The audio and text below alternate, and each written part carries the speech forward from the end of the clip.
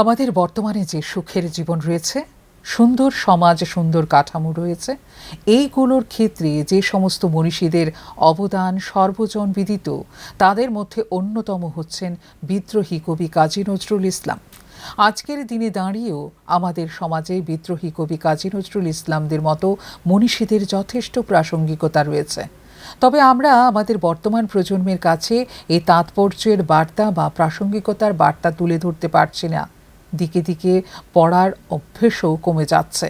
সাবরুমে ত্রিপুরা সরকারের তথ্য, সংস্কৃতি এবং পর্যটন দপ্তরের উদ্যোগে আয়োজিত বিদ্রোহী কবি কাজী নজরুল ইসলামের জন্মজয়ন্তী অনুষ্ঠানে উপস্থিত থেকে অনেকটা এইভাবেই কথাগুলো বলছিলেন সাবরুমের মহকুমা শাসক সুমন রক্ষিত।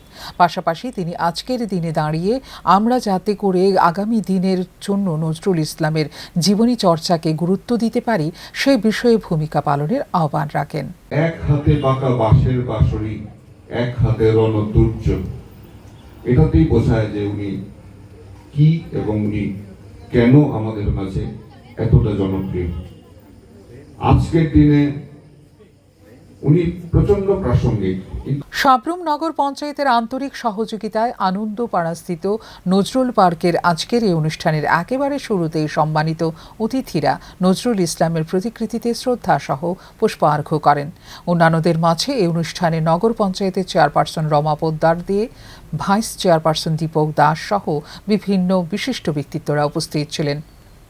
ফিউরো রিপোর্ট, নিউজ নাও।